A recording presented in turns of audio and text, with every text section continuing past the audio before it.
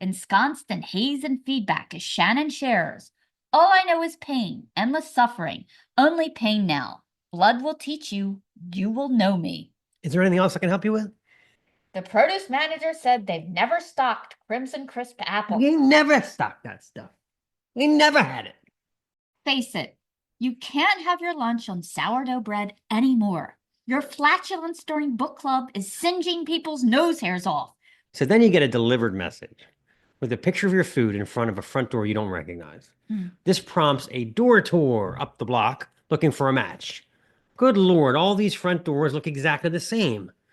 Another reason to hate the neighborhood association. This is the Snaggletooth Extreme Metal Podcast.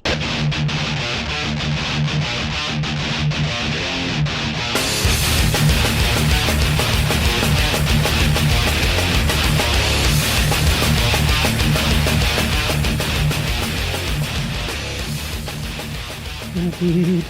Well, we're back. Yes, we are. And our sink has thawed. We're so excited.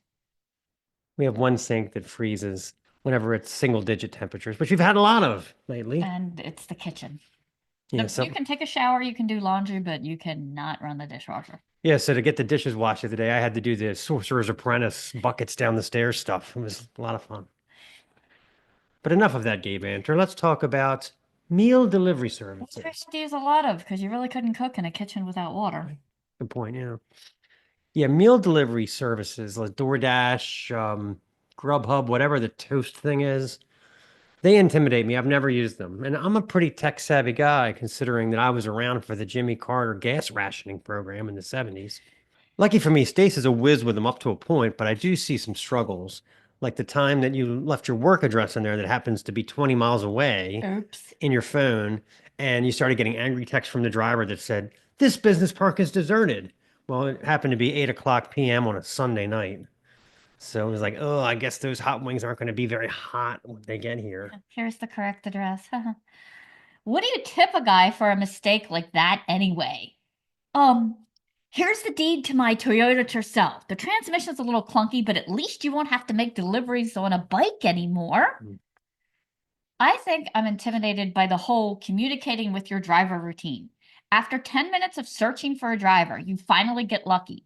Then you put in directions into the app, which they promptly ignore, driving around in circles while your beloved fish tacos get cold. So then you get a delivered message with a picture of your food in front of a front door you don't recognize. This prompts a door tour up the block looking for a match. Good Lord, all these front doors look exactly the same. Another reason to hate the neighborhood association. I hope it's not at Larry's house. He's a complete fat ass. He'll eat it with no questions asked. Aha! You find it. It's 4 doors down, across the street, at a house that's clearly empty and has 3 for sale signs in the front yard. Does this guy get a tip now?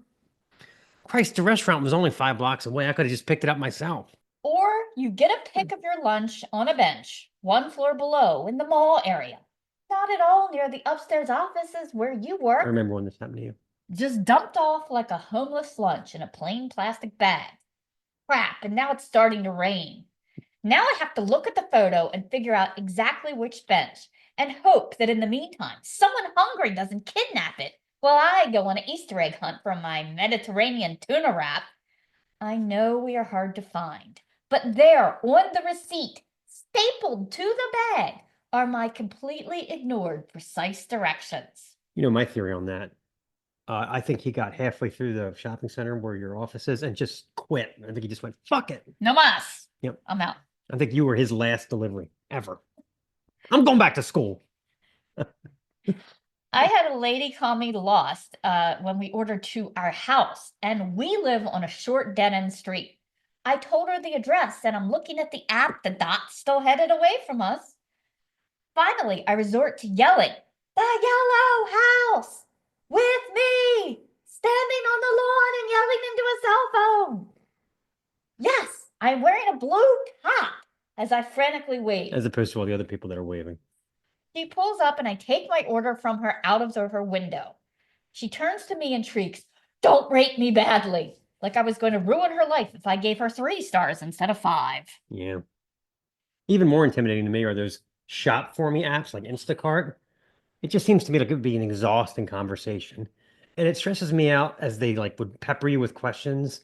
I imagine them just standing there in the aisle frozen, waiting for me to respond. I have 4 queries, and I was like, oh shit.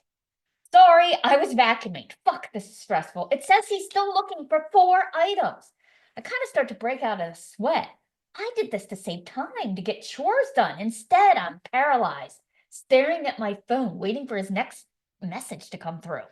They don't have famous Dave Sassy barbecue sauce, ma'am. Would you like to substitute Blues Hog or Cattleman's Kosher? There are no jalapenos in the produce section. Do you want them in a jar instead? Tap? Tap? Okay, fuck it, it's close enough. The only box of Peruvian vanilla rice checks has a dent in it. It looks like it got clipped by a forklift. Do you still want it?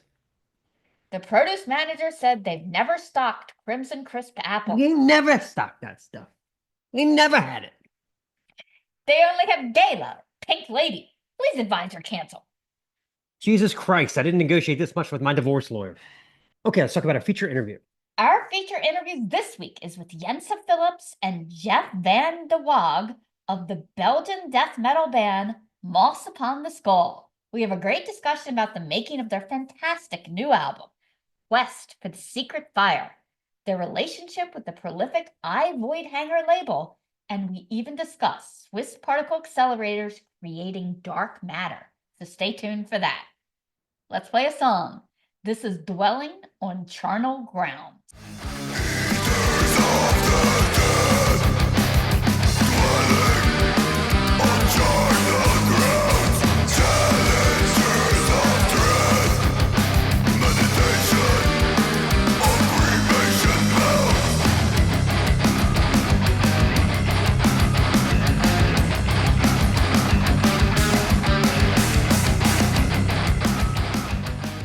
Okay, let's talk about Patreon. The site is patreon.com/snaggletoothpodcasts. And for $6.66 a month, you get a completely maddening straitjacket-sized dose of market stays. I actually have a lot of my recipe tips. I'm very adventurous in the kitchen, always trying new things. Today I made a parsnip soup, which really You should good. put that up. Yeah, that was really good. Was it a lot of steps? It was, but I could shorten it. Yeah, I think that'd be great. And I've been doing a shit ton of read and roll all night activity. I just finished a book that I'm going to be putting up the review on the site. It's Decibel Magazine's top 25 metal albums of all time. It's got articles about the making of Cannibal Corpse Records, Dark Throne Records, I Hate God, all kinds of great stuff. So my review of that will be going up shortly, along with the review of Tom Werman's book, Turn It Up. Tom Werman was the producer that got behind bands like Motley Crue for Shout at the Devil, Twisted Sister for Stay Hungry. And weirdly, a lot of the bands came back years later after selling millions and millions of copies and said they didn't like him. So it's a really interesting read. My review will also be up on Patreon. We also do a lot of music reviews there. If you'll notice the music reviews we have here, we like, because we only do reviews on the show that we like. But there are ones over there maybe we didn't like as much. Yep. So check it out. All kinds of stuff over there. So make sure you're subscribed to this channel and also subscribe to our other show, the Snaggletooth Rock and Roll Podcast. And then that way you'll have a dose of Mark and Stace every week. Uh-oh. I think it's time. Hit it. And now it's time for Obnoxious Trivia! All right, this week I feel really good. I feel like I'm going to do better than my normal 1 right to 0 right. So lay it on me. All right, a little football after our football season's over. What was the year the Miami Dolphins became the first and only NFL team to have a perfect 17-0 season? Was it A, 1968, B, 1970, C, 1966, or D, 1972? It's D, 1972. Correct. I know this because when the Patriots had their perfect season, Yeah, they kept having fucking Mercury Morris on. And he was like, "You're never going to do it. You're never going to do it." Yeah. And they didn't do it. they didn't do it. Anyway, at least I got 1 right. Hooray. Very good. Yeah. I should have known better than to do football with you. There was once an award show for animal actors, which unfortunately is no longer, but it was called the Patsies, which stood for Picture Animal Top Star. Get out of town. Who were the hosts in 1951 that gave the biggest award to Francis the Mule? Was it A, Bob Hope and Dick Clark, B, Ronald Reagan and Jimmy Stewart, C, John Wayne and Bill Cosby, or D, Bing Crosby and Dean Martin? Oh, God. 1951.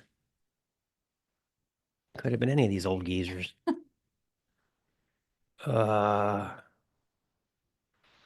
going to go with D, Bing Crosby and Dean Martin. It was Ronald Reagan and Jimmy Stewart. Really? I would have liked to actually seen that. Okay, well, I'm back to losing. Okay, number 3. A German scientist, Henning Brand, discovered the glowing element phosphorus accidentally when trying to make a philosopher's stone from which he could make gold with fermented and distilled crystals of what? Well, like the Swiss thing? Yeah. Okay. They're actually trying to make it. No one's actually managed to make this thing, but a lot of people tried. Got it. All right. But he thought that he could make gold by using fermented and distilled crystals of what? By the way, this didn't work. Okay. Was it A, human urine, B, chicken broth, C, lemon juice, or D, green tea? A, human urine? Correct. Oh, my God. He collected and boiled the stuff, and finally he noticed it was a glowing particle. It was phosphorus. Well, the other scientists were really pissed about it. That's what I heard. No. You're doing great this week. Okay. What is the pseudonym directors use when they don't want their name on a film? Is it A, George Bloke, B, John Smith, C, Steve Cutts, or D, Alan Smithy? I didn't know this was a thing. Okay. Oh, is it B, John Smith? It is Alan Smithy.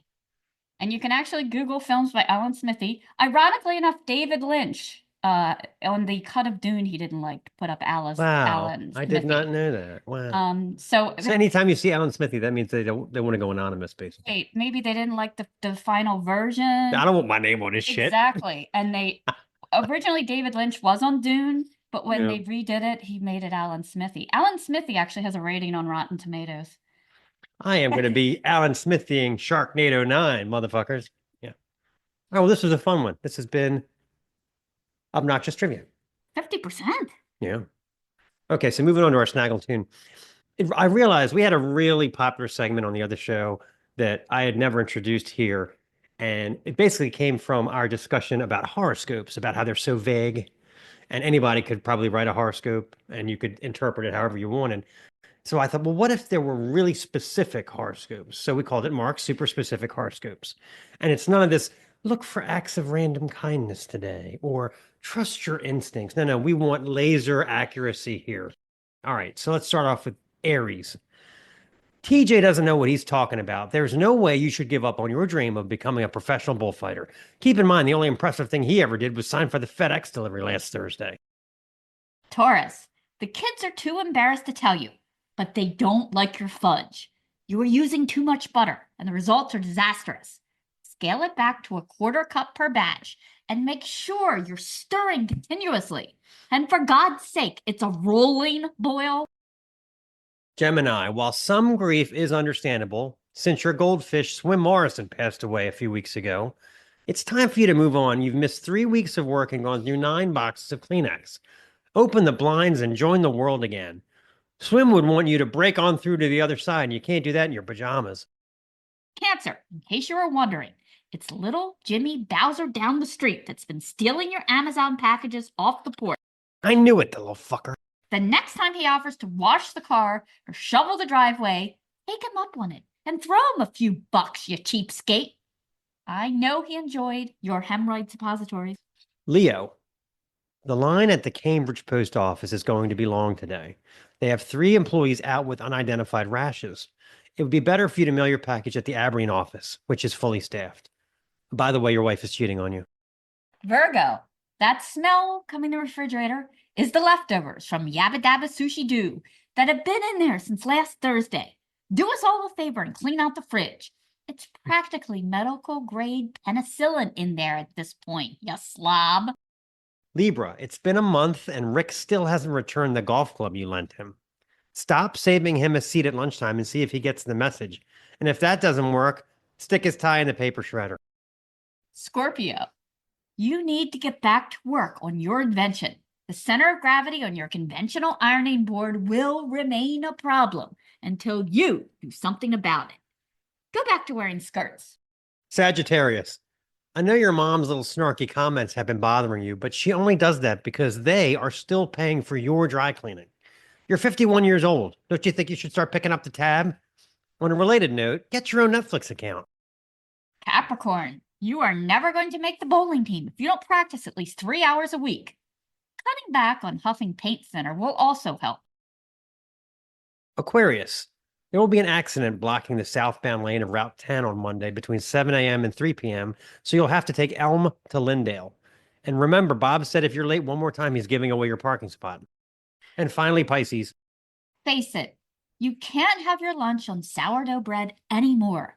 Your flatulence during book club is singeing people's nose hairs off, but they're too polite to tell you. Hence the breaks every 10 minutes. Try some 7-grain and we can finally finish the Tale of Two Cities discussion. Also, don't bring ambrosia salad anymore. No one eats that shit.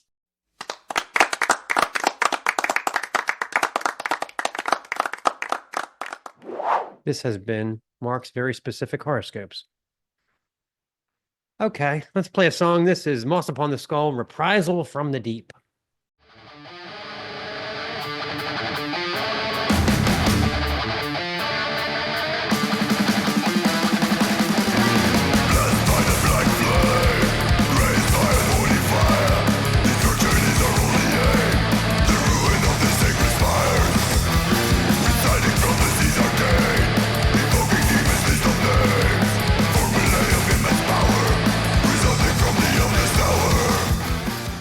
Okay, rising new sponsor. It's pickle time. We love Jersey pickles. This is we opted this time for the hot dill whole pickles and my personal favorite, hot pickled tomatoes. I think he ate the entire jar in 2 days last time. And that will probably happen with this one. So tell them about the whole pickle juice deal that you get. Right. If you buy more than 3 products, you also get an entire jar like this full of pickle juice.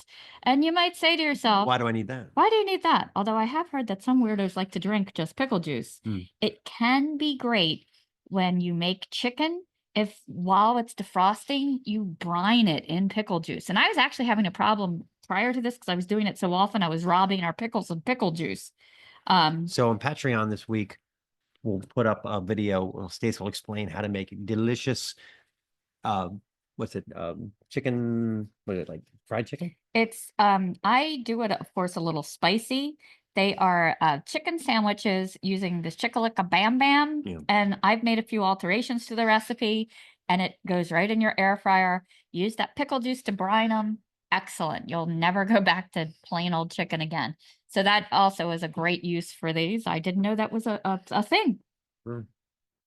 So we have a link. Yes, we do have a link up. It will save you off your first order with Jersey pickles. And like I said, 3 or more products and you too can get free pickle juice. Best pickles ever.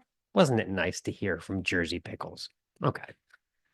Currently brining chicken in Jersey pickle sauce. Jersey pickle juice. Yeah. Sauce juice. Excellent. Okay. It's time for Bombastic Plastic. Bombastic. This week, we're going to do a spotlight on early Nile. It's really not a surprise that the South Carolina death metal band Nile grew such a rabid following when you go all the way back to the beginning. As early as 1983, guitarist Carl Sanders, drummer Pete Hammeris, and bassist Chief Spires formed the thrash band Moriah. Not Carrie. No. Their lone cassette demo, 1987's Let the Sword Descend, is an excellent record with lengthy 6 to 7 minute songs, powerful vocals from singer Sonny Stafford, and one great riff after another in a style reminiscent of Exodus and Flotsam and Jetsam. I do want to say that I think this band was doomed from the start because they have a guy named Sonny and a guy named Chief in the same band. This is called Black River, and it's from the Moriah demo.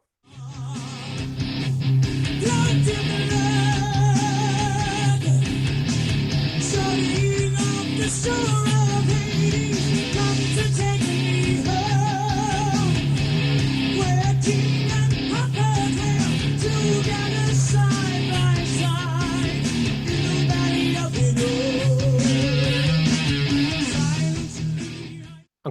Mariah was never signed, and the band would change its name to Nile in 1993, quickly putting out their self-titled demo, which I have here.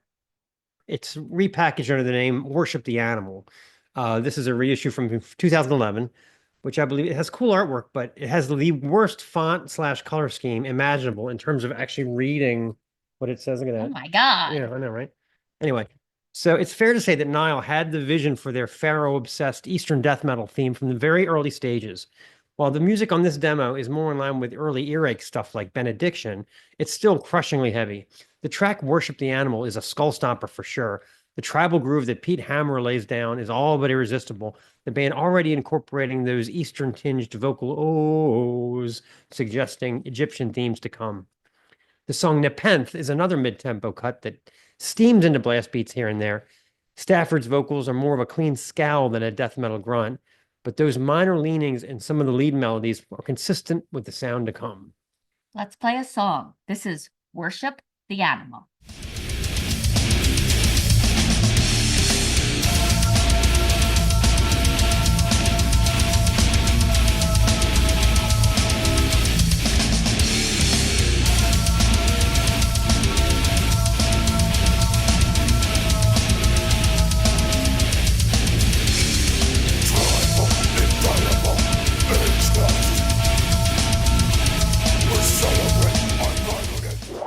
Okay, so now to move on to the debut on Relapse, Amongst the Catacombs of Nephron Ka. For many of us, Catacombs was the first dose of Nile to bewilder our eardrums. So appreciating the progression from the first demo was lost. So basically, it seemed like Relapse dug up these three South Carolina boys with some ancient spell, and they surfaced at full strength. Their exotic and highly original Egyptian-themed death metal, a feast for the ears on so many levels. Yeah, I mean, looking back on the early 2000s when Nile came out, it really seemed like, well, so where the hell did these guys come from? You know, we didn't have such things as the metal archives. Anyway, unlike so many bands before them that limit their theme to like a set of intros, Nile created bona fide epics that chug, growl, and blast with stunning heaviness, all the while zigging and zagging through dreadful processions, ominous interludes, and tribal percussion, and more. Vocals at this point are more guttural, supplied by the bass player Chief Spires. The howling of the djinn still sounds flattening, and when she erupts in an unpronounceable vocal incantation, it's just like nothing before or since. Stones of Sorrow with those ticking drums, doomy riffs advancing into the disturbing ritualistic God Kunam is my protector plea, followed by the swirling ceremonial pulse of Dirash. The mysterious wrath of the pharaoh's vibes set a bar at a new level. These guys are from South Carolina. Nile have clearly gotten the most out of those old National Geographic magazines. The combination of impressive sonics and thundering heaviness with exciting new lyrical territory made this one an irresistible pickup and introduced many of us to a band that would become a crown jewel. See what I did there? Oh. In the Relapse catalog. Okay, here's a little bit of Nile's Barrow Edinazu.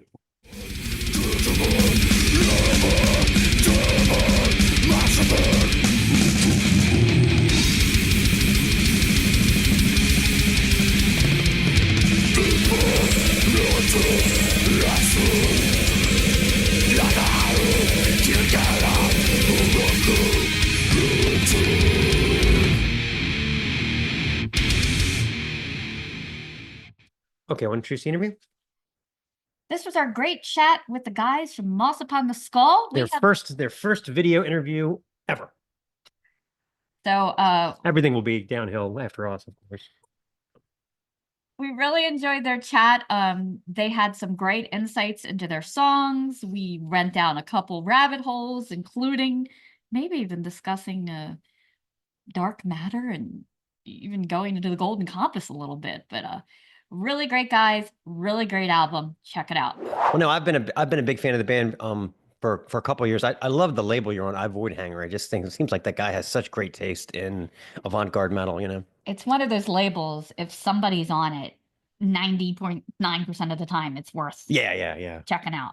Yeah, there's a few labels like that. You know, Absolutely, yeah, and as it was quite the honor for us to immediately work with him on our first release and now again, because from day one we were like, if we release an album, we'd very much like him to release it, just because we've been fans of his roster and especially the kind of music that we play would be a great fit, we always thought. And then to that, for that bit to become reality, that was really cool.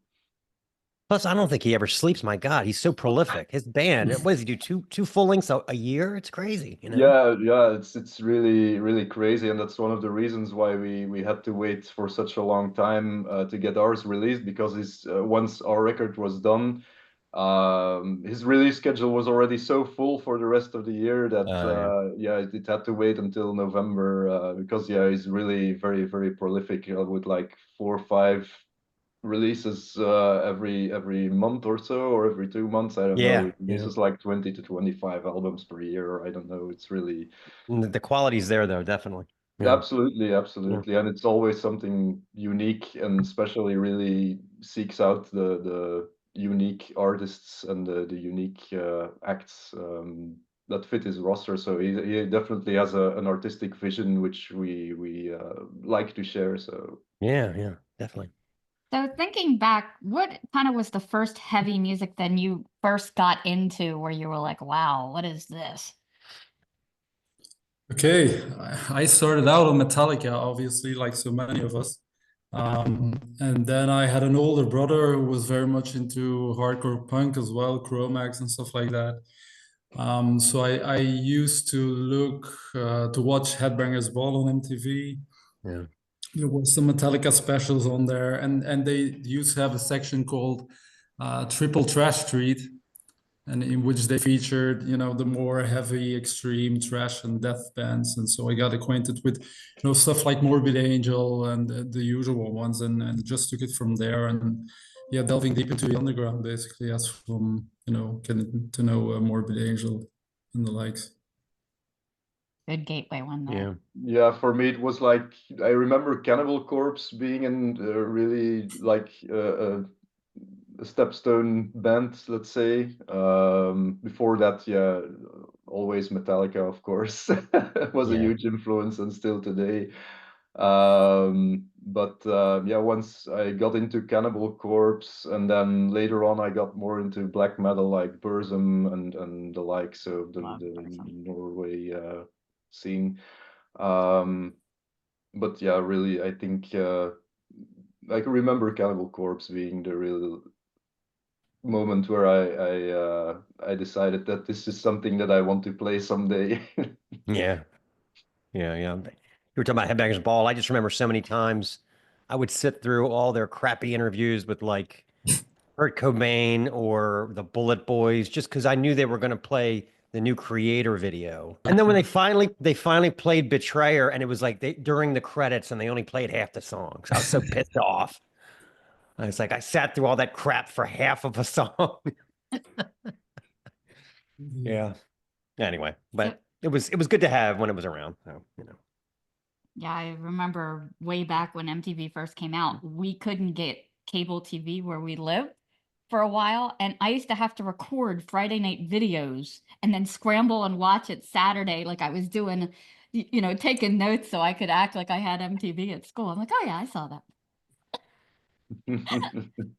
Yeah, like they got to the point where they would play like a 10-minute Paradise Lost song on Headbangers Ball, and then they just stopped doing music. It was like those bands were like became huge because of that, and then they just pulled the plug. It's crazy, like the rise of reality TV killed it, I guess.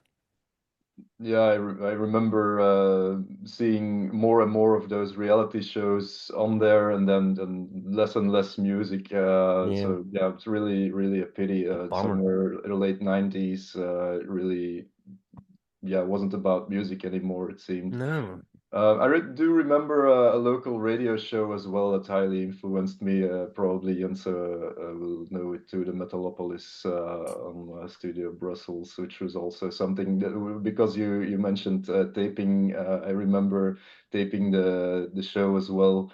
And then because it was like really late at night, so I programmed my tape recorder to turn on when it aired, and then I listened to it religiously on my Walkman the day after. So good times. Yeah, yeah. So were your family supportive when you decided to be in this type of music? Because some are, and some are like, "What are you doing?" Well, for me, yeah, actually, yeah, they were really enthusiastic that I discovered music and that I started to play an instrument and that I was really serious about it.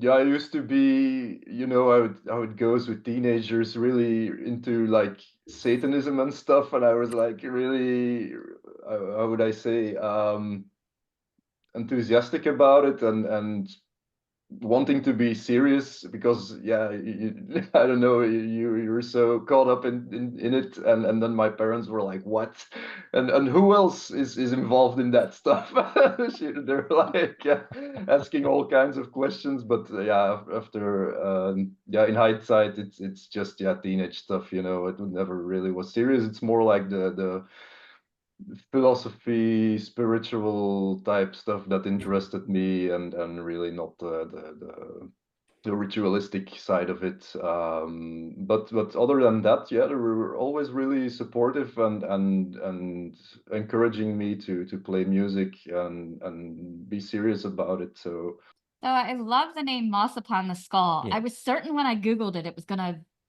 show it was a book or a poem I was unfamiliar with, but it just comes up with you guys, which is great. But where did that originate? Very tattoo worthy, by the way. I have 2 skulls tattooed on me somewhere, so maybe I'll have to do a third. I admit I have a skull with moss on it tattooed as well. So yeah, indeed. Actually, yeah, as it goes with starting a band, you have to come up with a name, and yeah, we wanted to have something that was tied into spirituality or some kind of witchcraft or occult practice. And we were looking around, yeah, all kinds of sites. Originally, or at least I had the idea of having like a really long name, like a sentence almost or something like it, and then have like a really abstract logo. So we threw around ideas, and then our former guitar player Tristan, who's unfortunately no longer with us, came up with this moss upon the skull of a dead man unburied. And that came from like a late medieval or Renaissance recipe for some kind of a potion. It said it's like you can find it if you Google it. I believe I used to be able to retrieve it somewhere. It's like a really short passage from this recipe that states that you have to get the moss from a skull from a person that wasn't buried, so that was lying around somewhere, I guess. wow. That moss grow on its skull. So you had to collect that and add that to the recipe. It was supposed to strengthen the blood somehow, so we went for that, and in the end we shortened it to moss upon the skull because yeah it didn't really pronounce very well if you have to repeat that a lot to people. What's your band called? Yeah, it's not so practical, but yeah, it's meant something to us at least, and it's quite unique. So I'm glad you like it. It stands out, and if it's the only thing you find if you Google it, then all the better, of course. Yeah, you take a chance with a long moniker like that. I remember being in college and someone told me about this band Rage Against the Machine. I was like, they'll never go anywhere with that name. That's terrible, It's like a sentence, What did I know, right? Yeah, exactly. Well, what you guys make up for? I see you made it up for with the song titles, which are really much longer on this record than Yeah. the last record. Yeah. I made a point of it, to be honest. Like we were really, or at least, yeah, really like those types of song titles that are Yeah. really long. If I don't know if you're familiar with the band Necros Christos from Germany, No. which is a really excellent death metal band, by the way. And on the last record, at least, I don't know, can't remember from the other records. It didn't strike me as much as on the last record they released. They're excessively long even, so it's like really a paragraph almost. Which Yeah. always it triggers my imagination, and that's what I wanted to achieve. So on the previous records, Tristan, or like I said, our former guitar player, also heavily contributed in the lyric part, in the lyrics. And as he passed away before the record was really done, I had to step up and continue the job of writing interesting lyrics. So that's why there wasn't really it was more like a collaborative effort, you see, whereas and less of a it's not that our latest album is really a concept album per se, but it was like more, okay, we have these songs ready. There is kind of a thread or a theme or several themes, but yeah, with the last records, we really had like one theme or one thing we wanted to work around conceptually and lyrically, and yeah, I don't know, I just like the long song titles. It ties in a bit with the prog side of things, the background we have in liking prog, where things are really drawn out musically. Yeah, I somehow wanted to reflect that also in the song titles. Yeah, I've always loved Belsagoth, who are champions with coming up with like really long song titles. So Yeah. I thought of Inquisition when I first was reading your titles, like writhing through the nebula of macro cosmic disharmony. That's sounded very Dagon-esque to me, It's you know. pretty funny because I take notes as I'm listening, and I'm trying to write the thing, and it's going across my phone on Spotify. I'm like, wait a minute. Okay, wait. Oh, yeah, okay, I got it now. Yeah, long titles. Yeah. It's interesting you mentioned Inquisition. I was about to say it earlier as well. That's definitely an influence as well. You can you may be able to pick that up in the music as well. Sometimes we play these arpeggiated kind of parts with open strings or open notes, which are quite reminiscent of Inquisition as well. Yeah. How in the world did you dig up what is it, the Chaldean oracles of Zoroaster? It's a really old book, and from what I read, it's like in pieces, and some of it's here and some of it's there. And how did you dig that one up? I love it. I was like doing research to like I said, come up with interesting lyrics. I didn't just want to go back to the classic death metal themes and lyrics, and I've always been interested in like philosophy and spirituality, and I've been watching the Esoterica YouTube channel heavily also during the pandemic, and it's like this professor in the occult about our age, around 40 years old, and he's like really scholarly, explaining all things occult, spiritual, alchemical, and really great way of explaining these very complicated, complex concepts in a understandable way. And he mentioned these Chaldean oracles as being one of the, because there's a huge amount of important documents in this stream of thought, let's say, but he mentioned that as being one of the more enigmatic documents, which is indeed the case. As you stated, it's a compilation of texts I ordered it because he always mentions the sources of the episodes and the interesting works that you can then order somewhere. And he mentioned the website where you could order these works. And it's actually part of a series because there was also one on Egyptian magic that I read from that same series. And there are like these little booklets, like, I don't know, like 50 pages thick or so, because it's really not that extensive as a work. Like I said, it's a compilation of thoughts and ideas that was compiled by the Greeks, I remember.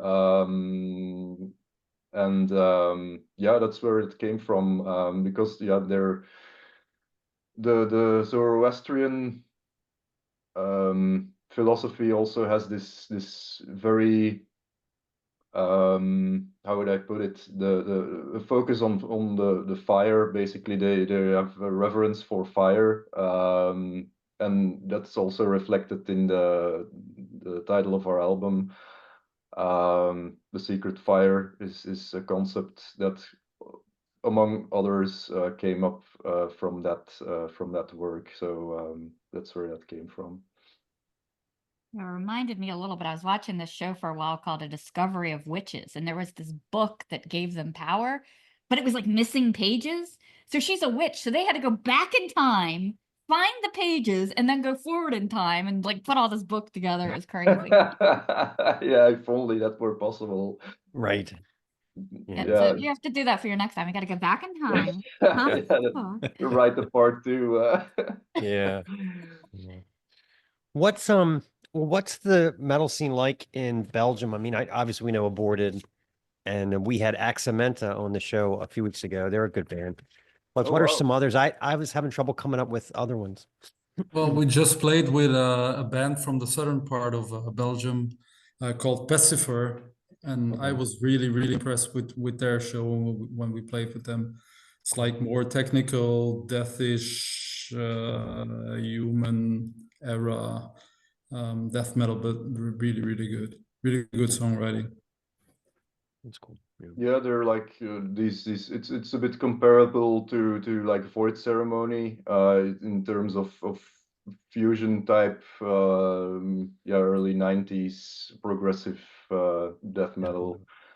Bones is another act which is noteworthy. I think I believe, yeah, we played our very first show with them back in 2013.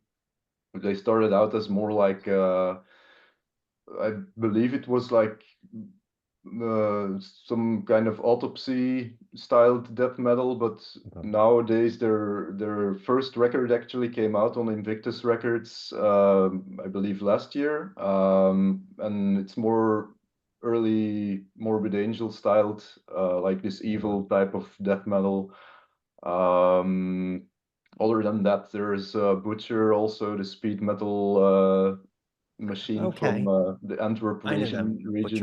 They're Butcher with the umlauts. Yeah, exactly. They're on Osmose, I believe, these days. Yeah, those are the most noteworthy. Then there's this whole sludge scene, which I'm not so familiar with. You have Amon Ra, who have very close ties to I believe, Neurosis. Also, yeah, and there's a whole bunch of those types of bands. But I think, yeah, to be very honest, I'm not so in touch with the metal scene because yeah, we both have families and a very demanding job, and we try to yeah, go to shows, obviously, because we just want to we like the scene, and we like metal, of course. But it's hard to keep up, as you say. There's so many bands everywhere. There's tours going on. There's local shows. It's hard to choose sometimes which ones to attend to. So yeah, there's also Alkerdale, which is like a sludgy black metal band, which has some yeah, which is also playing a lot in the neighboring countries and the UK and so on. So there's a good scene and there's a lot of activity, but yeah, it's hard to find bands that really jump out. I think there's a lot of people involved in festivals and so on, and that's also something that's reflected in the type of music. I believe that's maybe part of the reason why we like to be a bit apart from the general stream of music. It's maybe not the most how would I put it, straightforward music that we play. So it's not the fist pumping sing along type of festival music, but still it's the music that we like to hear and that we really are passionate about. So that's how we try to stand out. I was a bit surprised that you had Axamenta. I wasn't. I know that they were that they did a reunion of some kind, but I didn't know that they were actually still active. They put out their last album was it was kind of like a soundtrack thing to this concept album. Wow. Their videos are hysterical. The stuff they put out. They'll try absolutely anything. hysterical. They'll try anything. It's they're a very interesting band. They did this whole thing where they did like the end of a fake movie, and then as the credits rolled, they were dancing around to their song, and like all of like anybody who was commenting was in there. We're in there.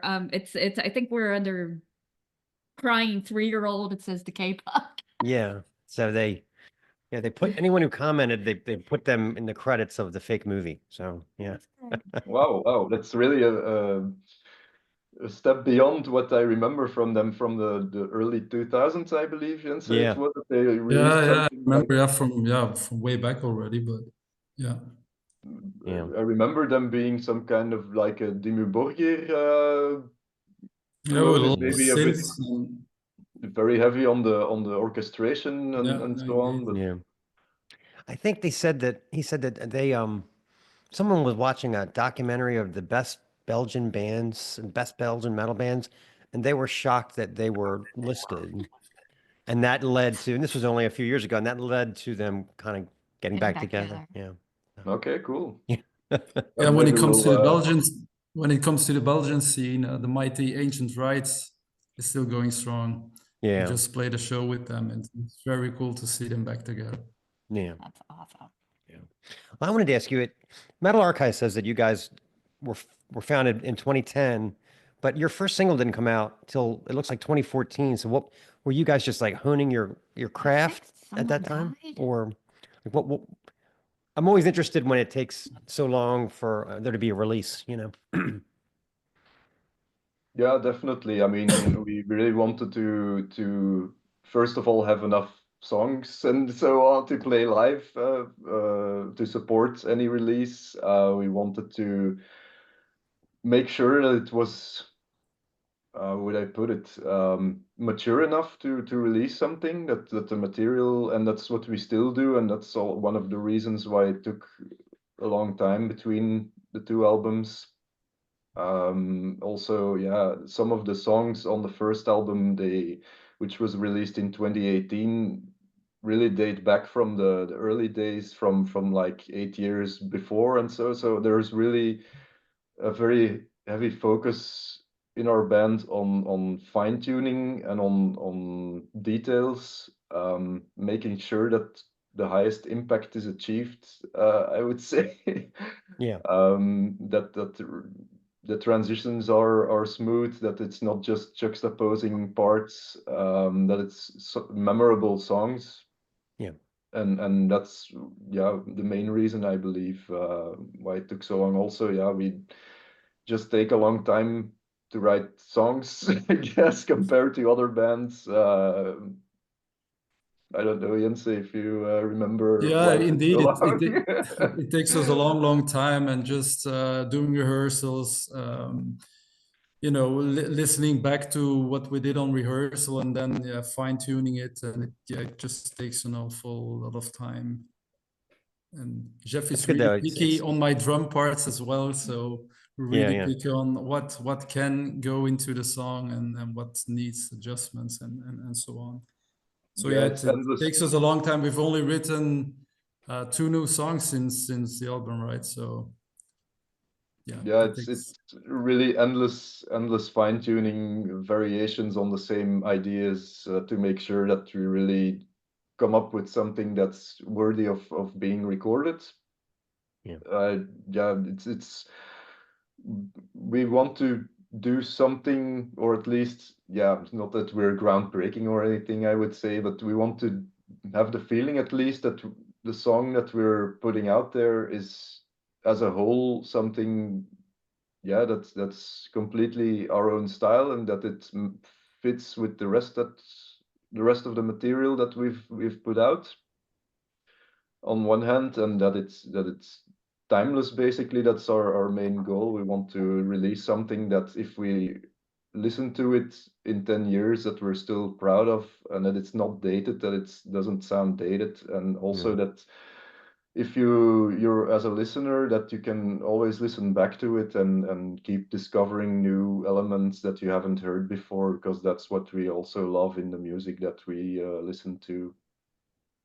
Yeah, I love the variety of riffing from, what I call the lant to the chicka chicka chicka chicka chicka chicka, and the way it all kind of flows. And then when you hit that groove, I mean, that's got to feel satisfying. I notice when you hit a groove, you'll stick in it for a while, and that's so satisfying to the listener. I'm sure it feels that way playing it.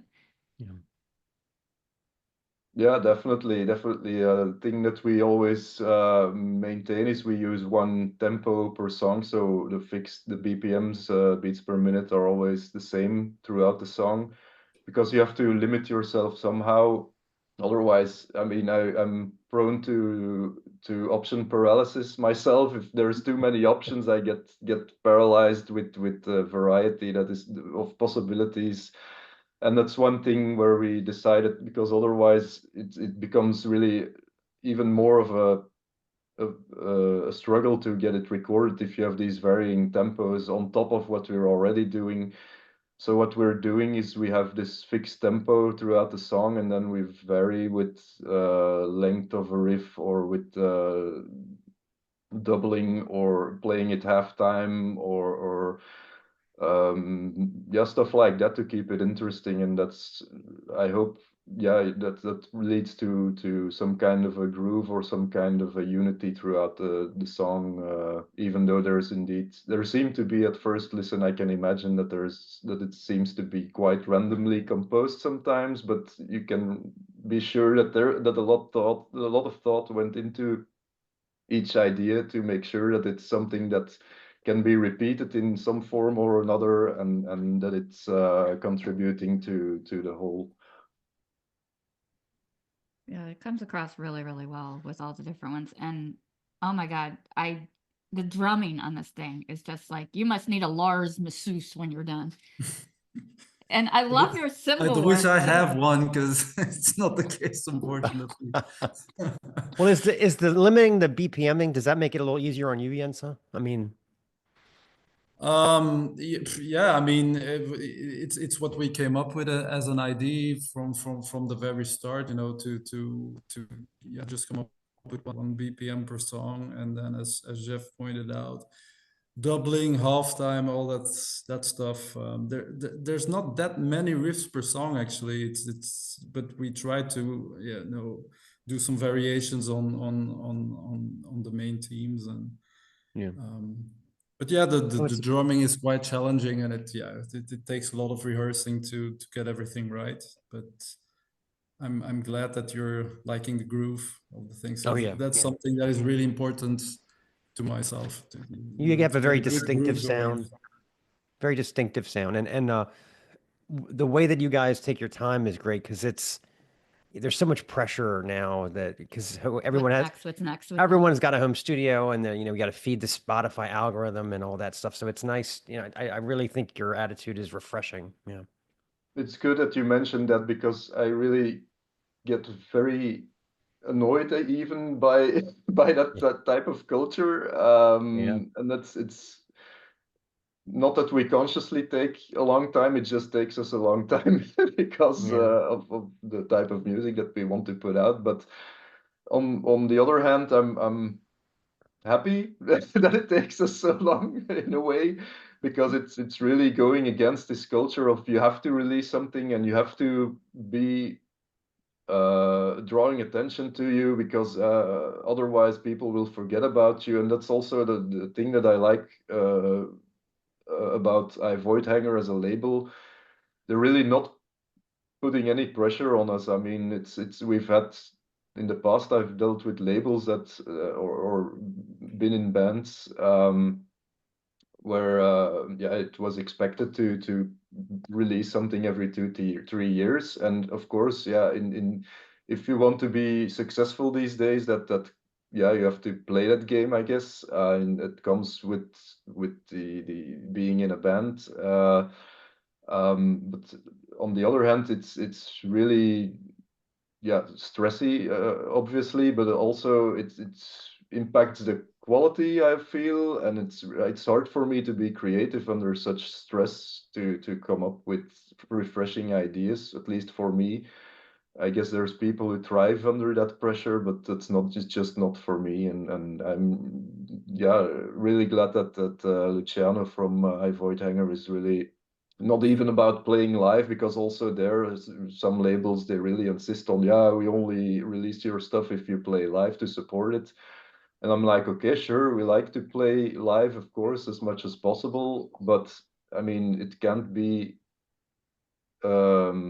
like a demand from your end. I mean, that feels restrictive somehow, and I really, that's not how I personally like to work. Yeah, there's a really good documentary about the band Death Angel. And it talks about how I didn't know this, and I've been a fan of them for, forever. And how when they had that car accident, the bus accident, and two of the members were severely hurt and had to go through physical therapy.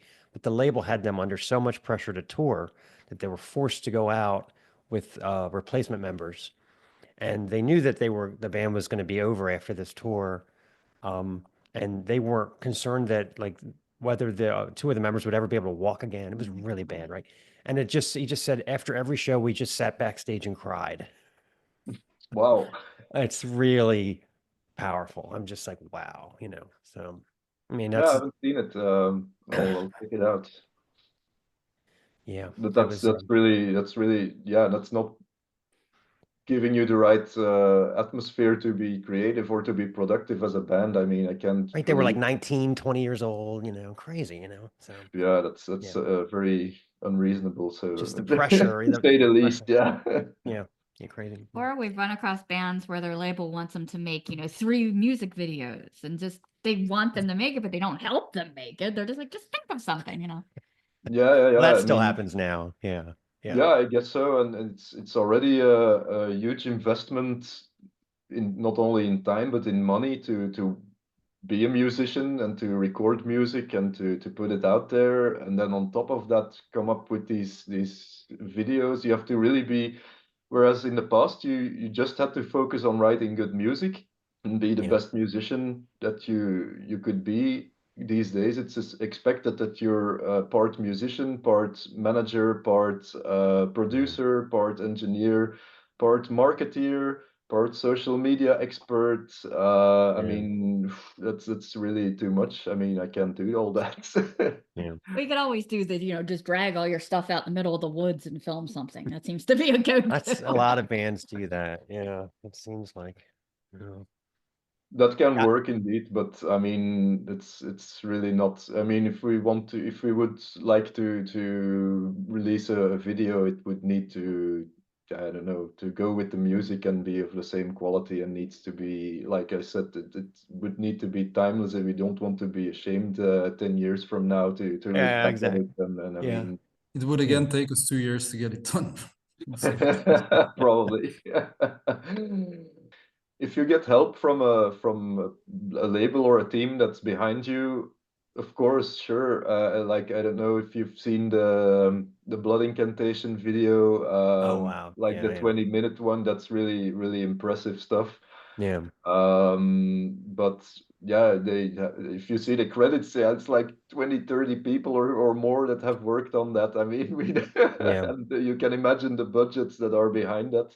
And of course it pays off, but I know about bands they're just playing to pay off their debt. Yeah, I mean that's not what I want to do. I want to play music to release stress and not to get stressed even more.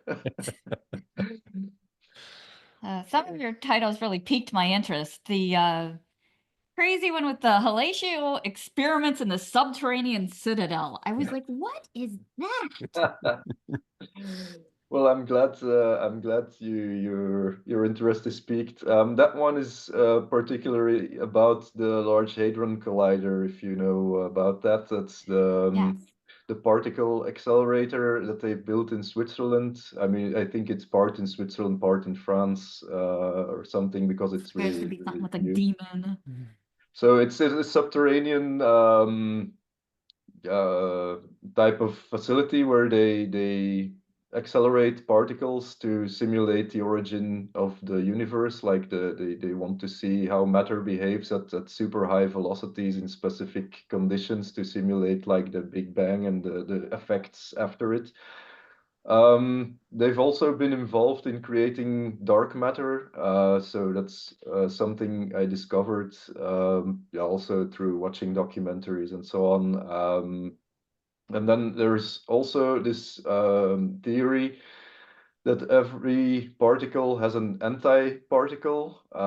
So if you have a positive particle, it also has a negative particle, and all of those ideas combined, I had this reflection of, okay, let's say that when trying to create their dark matter in this subterranean facility, the dark matter usually it only appears for very, very short time, like fractions of a second. And let's say that this dark matter, when it disappears, it ends up somewhere on the other side of the galaxy, of the universe. And let's say that all of these dark matter particles conglomerate to form some kind of an antichrist. And that was a bit the essence of that story that made me write those lyrics. So let's say that the alchemists, of which I speak in the lyrics, which are the scientists working at the Large Hadron Collider, that they are unaware of that they are actually summoning the Antichrist somewhere in the galaxy, without knowing. And then the song ends with the density peaking, which is the singing part where I sing density peaks, which is the huge black hole, if you want, that will consume everything. And yeah, that's a bit the storyline of that song. Yeah, there's so many movies, even like Stranger Things. It's like, don't mess with the particles. Bad things happen. Stop it. Well, I just wonder, those guys come home from work and, their wives are complaining about working at the restaurant. And they're like, you think you had a tough day? I almost caused the end of the universe, Exactly. Yeah, fortunately, I mean, it was actually a theory at some point. What if this dark matter, just all clutters together into a black hole and consumes the planet or something? Yeah, exactly. Really like this doomsday theory. But of course, yeah, I don't know. I'm not a scientist myself. It piqued my imagination. And Oh, it's fascinating stuff. Yeah. yeah, absolutely. There was a period of time where I was like into this quantum mechanics type stuff, and also it tied in with the alchemy theme that I wanted to broadly interpret for the record, because yeah, purely on the alchemy side, there's a few songs that cover concepts purely about alchemy, but I had to extend the theme to other types, because in the end it's all about discovering the philosopher's stone, which is a metaphor for enlightenment or self refinement, if you want. So that's and all of the songs tie a bit into that concept. Yeah, I always like the concept of like the golden compass, where there are all these worlds and you have to find your way. If your world is doomed, you got to find your way to cut through to another one. It's a wild theory. That was a wild show. Yeah, that was wild. Yeah. But I especially love the fact that you use a lot of cymbal abuse in your songs. You can always hear it crashing and it adds a great atmosphere. Do you use like multiple cymbals or hi-hat guy? What do you use for that? I have a fairly basic setup. It's not as if I have like 20 cymbals or something on the record. It's really basic, hi-hat, right, 2 crashes and 1 small China cymbal, and that's basically it. And then just, you know, fiddling around with everything basically, and You have trying this to this stacked thing also, right? yeah. We took some broken cymbals, and at the very end of the record there is a small passage where I use that, you know, stacked broken cymbals stacked on one another to create something of a cool effect. But apart from that, really basic setup, not a Mike Portnoy type of Yeah. 22 and all that, toms yeah. and everything. Yeah. No, it's not the case. Really, really basic, and just getting, you know, maximum results with, you know, that small amount. Who was your favorite Big Four drummer, or the most My favorite influential? what? Big Four drummer, or the Big Four? Like, who is your favorite?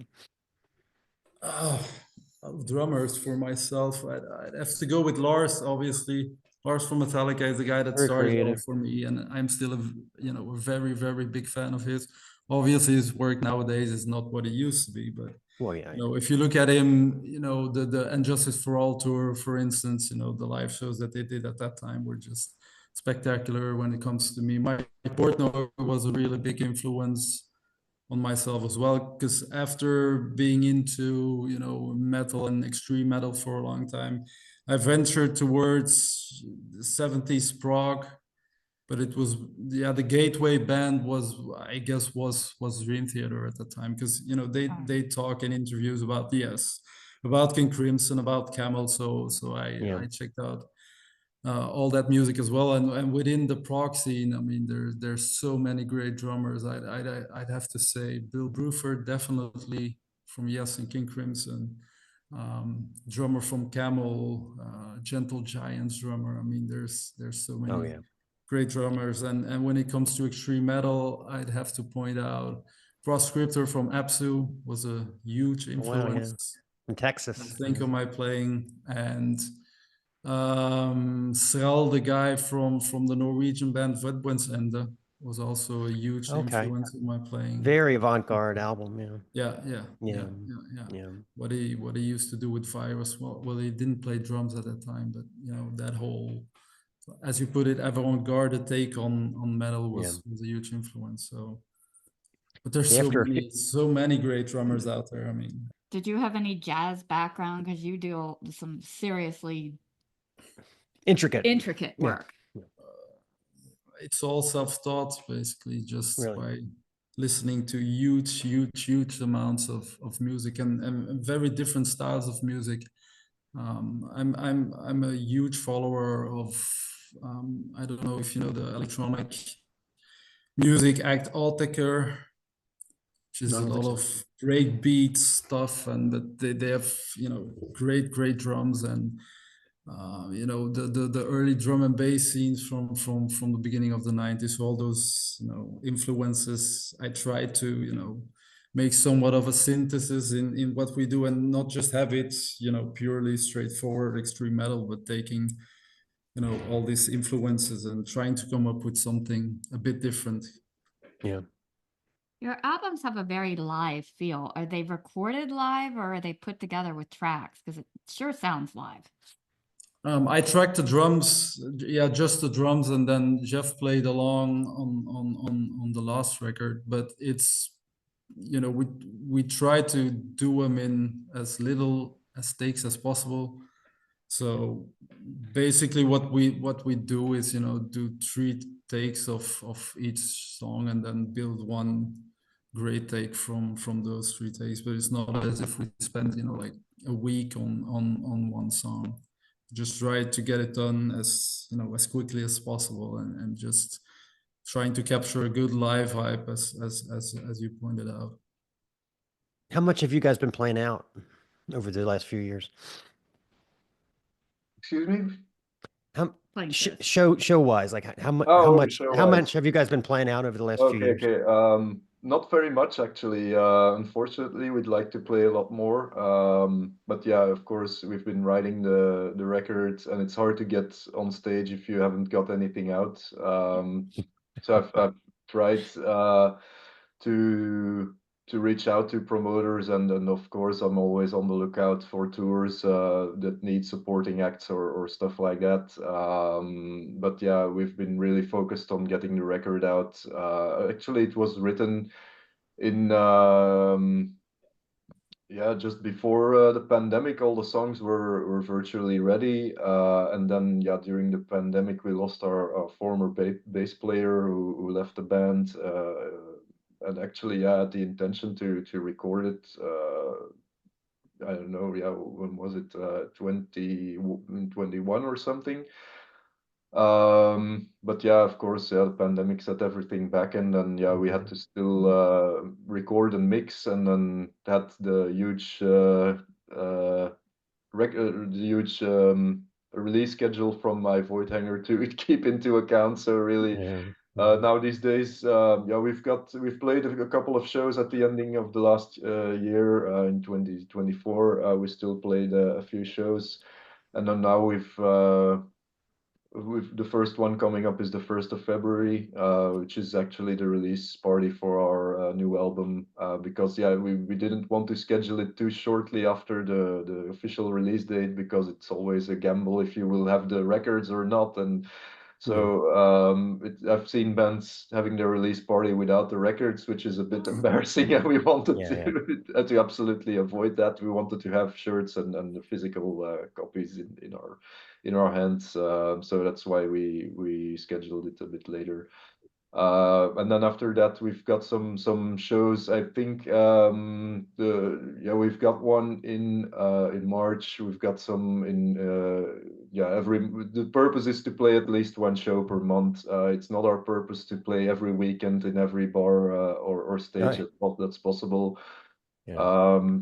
If so, of course, we like to play live. The more, the better. But as said, we all have families and heavy jobs as well. So we want to keep things balanced and make sure that we if we play live, that it's in order quality wise.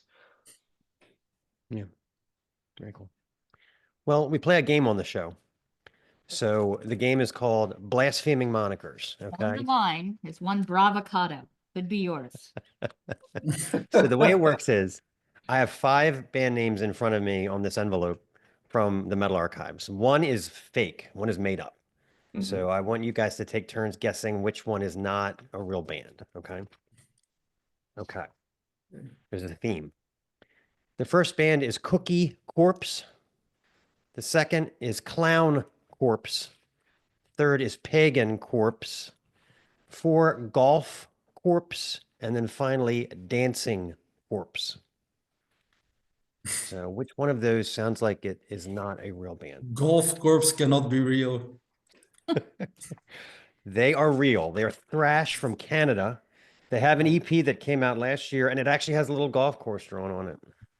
So there's too much thought went into that for it not to be real. I know, right? Right. All right, so that leaves Cookie Corpse, Clown Corpse, Pagan Corpse, and Dancing Corpse. Which one of those do you think might be fake? I would say Cookie Corpse. Sadly, they are also real.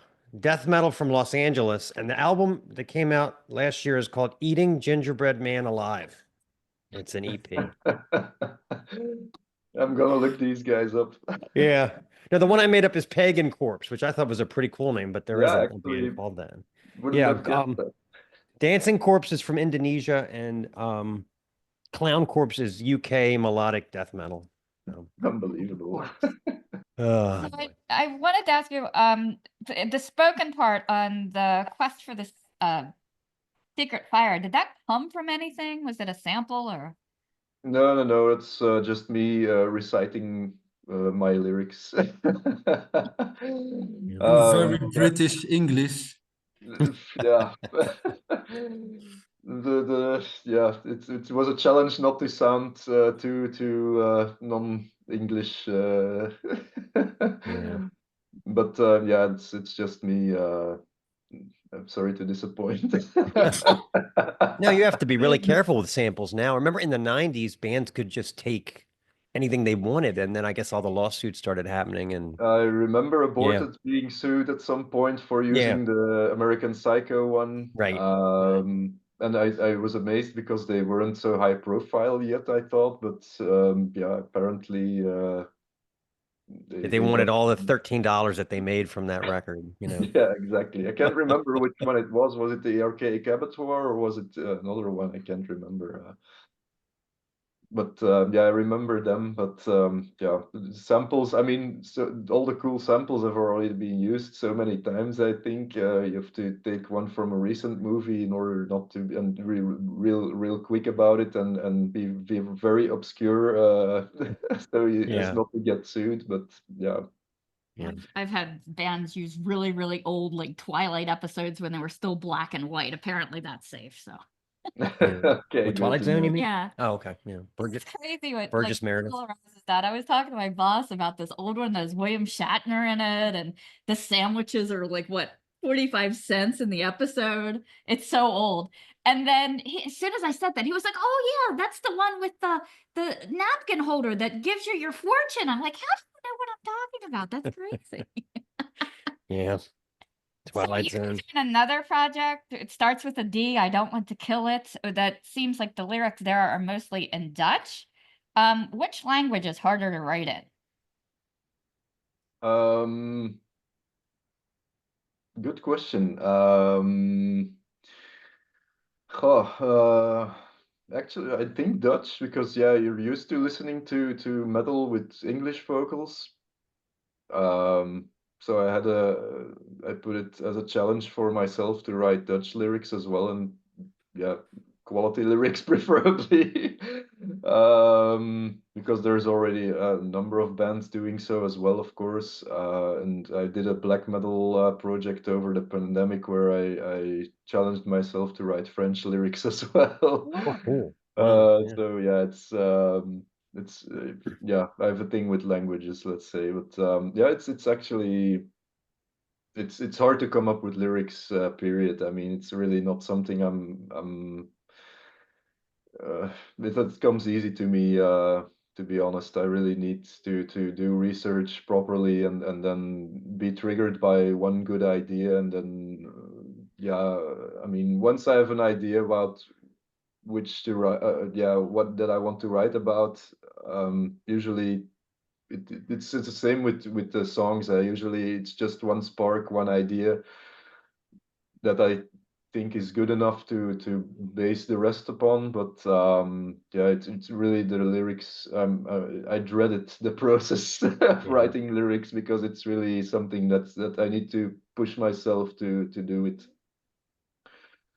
So in either language, it's always hard. Yeah. I've learned not to trust Google Translate. So how do you say the name of your other band? 'Cause I don't want to kill it. Dwalicht. The Wally. So if I put that into Google Translate, it tells me it translates to Will of the Wisp. That's it. Yeah, exactly. Yeah. I just never know if that's correct or not. Because Yeah, sometimes it is, sometimes it is. it's like the I googled it as well in English because I was wondering what the English translation would be, but it's like the where you have a marshland, you sometimes have these gases that spontaneously ignite, and those were the lights that in the past they were believed to be the souls of non-baptized children, I think, where that led people astray into the marsh, and then got drowned. So that's a bit the story behind that, indeed. Yeah, I think it corresponds to Will of the Wisp, right? Yeah, around here we call that swamp gas when all that Uh, wild stuff comes up and you get little less poetic. yeah, Yeah. little less.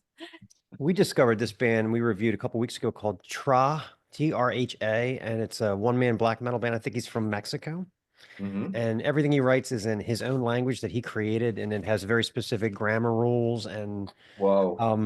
And the thing is, Google Translate actually translated some of it, and I can't imagine how, because it's completely made up by this, and he's real prolific too. I mean, he's got like something like 15 albums out already, and Wow. it's a really good band. And that's not his only band. He has this other one called Sadness, which is like equally prolific. Yeah, I'm like, this so I don't- man does again, not sleep. Yeah, it's another one of those. But yeah, making up your own language. Can you imagine that? I mean, it's hard enough to write lyrics in a given language. And But- his lyrics are about a world he also made up. So that's the thing. Like when you start telling people that you're into a band that's a one-man black metal band that made up his own language and he's in an undisclosed location, you just sound like a snob. You just sound so elitist.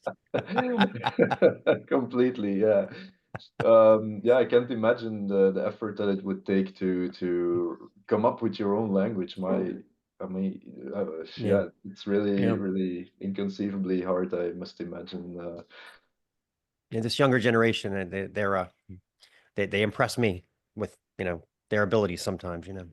Yeah, definitely. I mean, it takes a lot of dedication and commitment to have 15 albums Right. out, let alone come up with a language and a concept to fit it in. It reminds me of Tolkien. I mean, it's what he did. He invented a language, or multiple languages even, and then had to come up with a world to use them in. So that's actually what this guy is doing. Apparently, also, it's impressive indeed.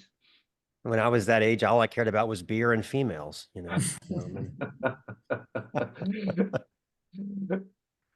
Well, hopefully we'll get you over to the States at some point, maybe a big festival like we have Maryland Death Fest here, just a suggestion. We don't have Well, any yeah. pull with them though. Just to be fair. No. We just go. Sometimes the bands think that we can put a word in. We don't have any affiliation. We just go every year, so.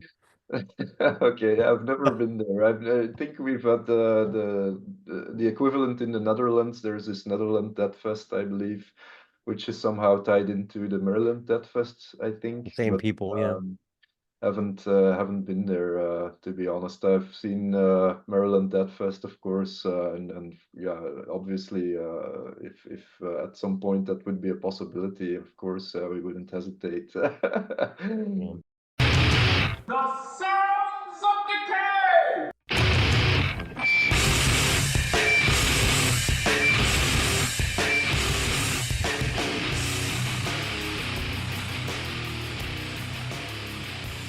All right. Sounds of Decay 1. Let's go. Immortal Bird, Sin Querencia. In bullfighting, Querencia refers to the part of the arena where the bull feels safe and gathers his strength. What a maroon. The matador's strategy is to figure out the bull's Querencia and keep him out of that spot. So his entire job is to keep the bull, sin, that means without, Querencia. Kind of a unnerving and dark concept. What a gullible. The same can be said of the 8 new tracks in the third full length from this trio out of Chicago, who meld elements of black, death, post-rock, and even some doom metal into that likewise will push the listener out of their comfort zone. Like a bullfight, what they have on offer may at first seem chaotic, but upon a deeper listen, one can pick up on the careful flick of the cape and the choreographed steps. Of course, you realize this means war. The band excels at weaving in patterns that change and resurface and throw in some surprise twists and turns in these songs that fall mostly in the 3 to 5 minute range. Bioluminescent Toxins starts with the discordant, watery guitar of Nate Madden, who pulled double duty while recording, manning both guitar and bass after the band parted with their previous bass player, John Pickles. The vocals of Ray Amate are deep and churn like so much stomach acid, full of pitch and bile and last night's nachos. The drums of Matt Korachik start with a doomy rat-a-tat, but after a pause, the track suddenly propels forward with a panicky, oscillating riffs over blast beats. Later, the drums simmer into some epic repeated rolls that crash over and over like waves on a beach. Suddenly, it seems like a folk group wandered into the studio as harmonized, clean vocals ring out over the previous liquidy guitar. A second of silence falls, and I thought, is the song over? Nope, jump scare. Amate and gang burst back in, sending the folk group running for the hills, screaming all the leaves off the trees, brutal grinding riffs, and popping blast beats. This song is called Bioluminescent Toxins.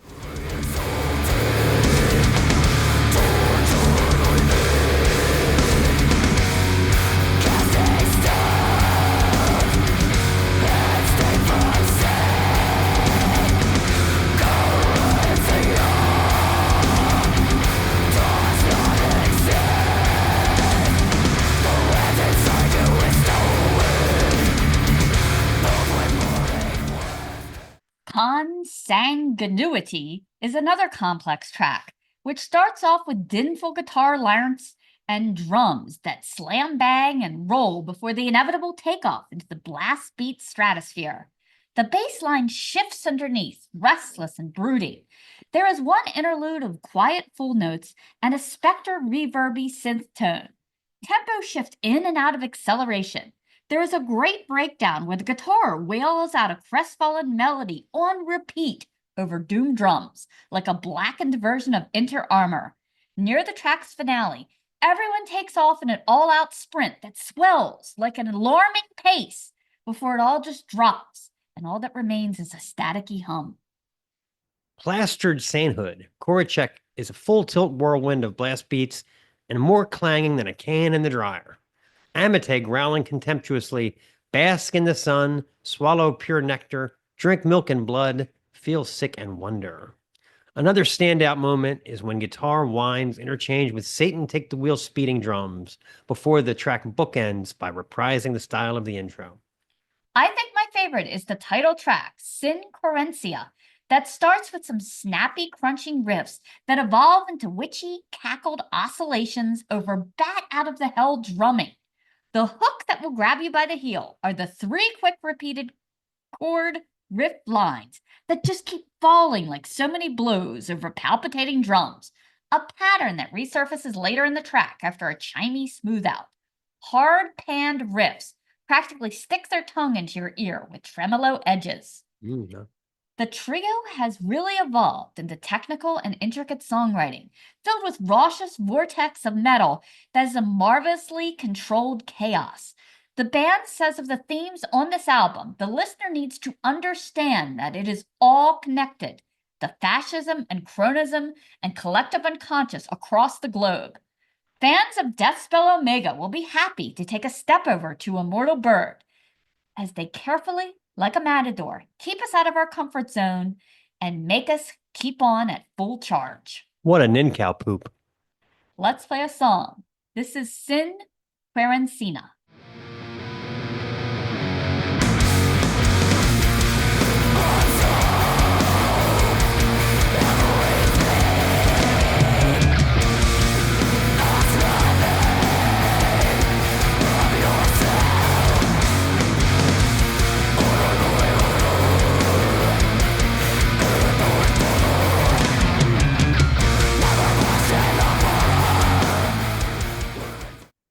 Okay, Sounds of Decay 2 is the new album from Slowhole, self-titled. Our second review, featuring scorching female vocals, comes courtesy of one Brian Funk of Thou. He's a friend of the show with whom we've developed an interesting barter of goods over these past few months. This one's a real stunner. Slowhole is a 5-piece from the magical land known as NOLA. And looking at some of their flyers, it seems they've been doing quite a few shows with Thou recently, which likely explains the band's surprisingly well-developed tightness and intensity for a debut album. At any rate, this slab offers 7 songs spanning 35 minutes of sonically punishing sludge noise metal that effectively makes dystopia sound like the sounds of squeaky bath toys. 2 elements of the band's sound immediately stick out: the rumbling percussion style of drummer Matteo Molina and the caustic screaming vocal attack of Shannon Arsenal, as evidences song titles like I'm Going to Kill You Until You Die. This is nothing short of pure feedback-drenched oral filth with a side order of misery core, and it's absolutely fantastic. Consider Swallowed Whole, which kicks off on a rickety feedback and thorny bass from one Joey Laborde before Molina settles into a deft beat like he's juggling 3 skulls and a chainsaw. The 2 guitarists, David Hunter and Dante Galliana, don't really riff as much as they create a sort of blackened sonic tapestry, shaping harmonic squalls with eerie drones and feedback shapes as Shannon screams the fillings out of your teeth with pleasantries like, Death Mother, I will kill you from the inside, hollowed out like scraps for the herd. Building to a deafening crescendo to close it out with blasts and batters from Molina, fighting against all manner of sonic ugliness from the rest of the band. This is a little bit of Swallowed Whole.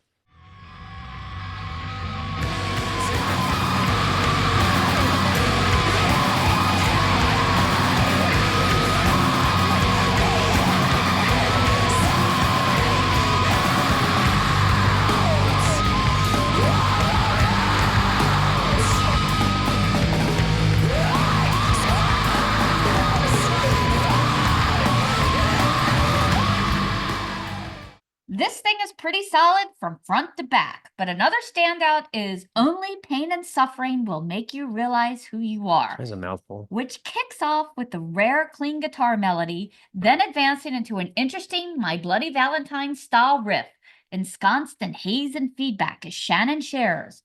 All I know is pain, endless suffering, only pain now. Blood will teach you, you will know me. Is there anything else I can help you with? The band settles into an absolutely caustic chromatic groove around the 3-minute mark that I must have backed up 4 times on first listens as it just scrambled my feeble brain cells. Okay, Let's play a play. clip. Yeah. This is Only Pain and Suffering Will Make You Realize Who You Are.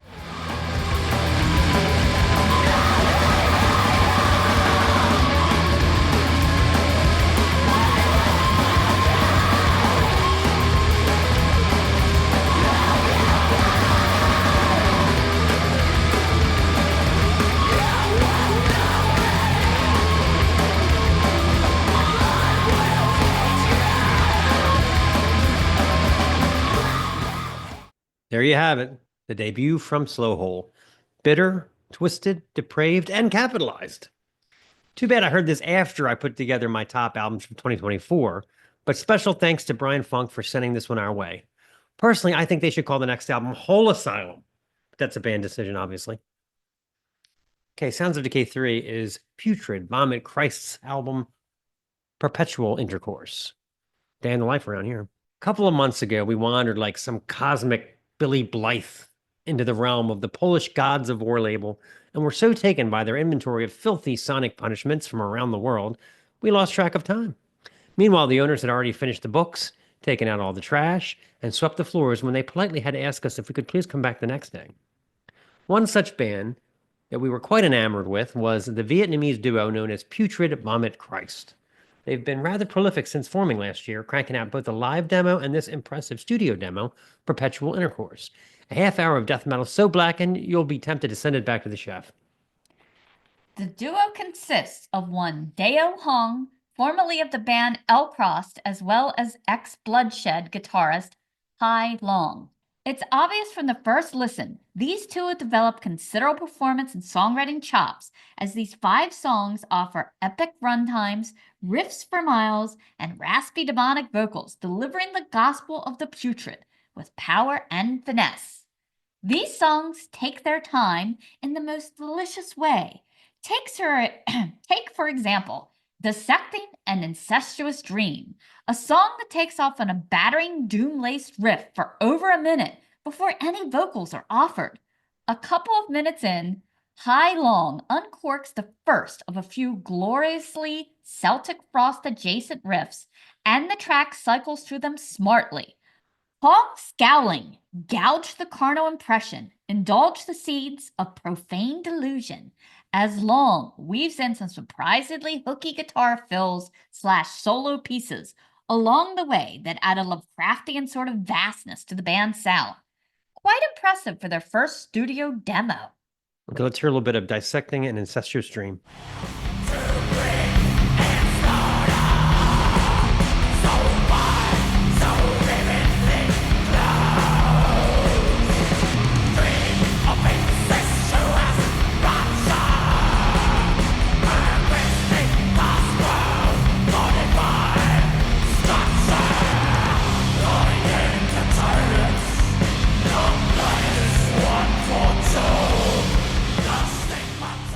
Another key track here would be The Sun from Where They Excrete, a track that crawls out of the mud autopsy style for the first couple of minutes before hitting the gas pedal, blast pumping.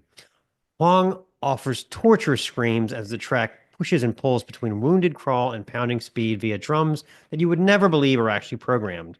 At least I assume they are programmed because there's no drummer listed except for their live drummer, Capre. Here's a little bit of The Sun from Where They Excrete.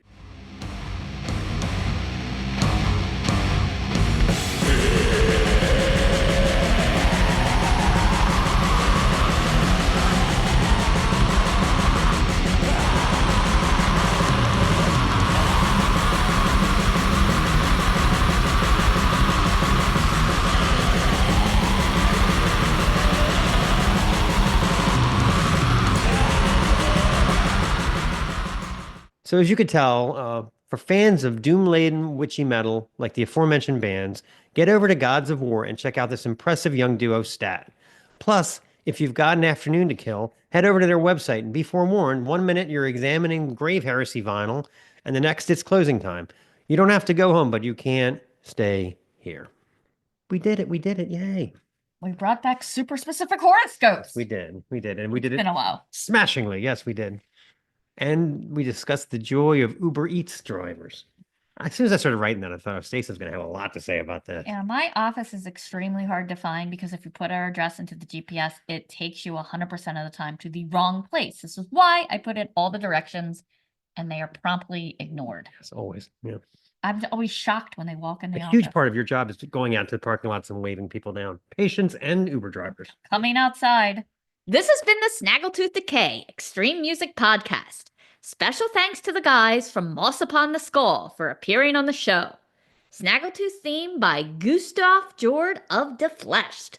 Sounds of Decay theme by Steve Rathbone of Lair of the Minotaur.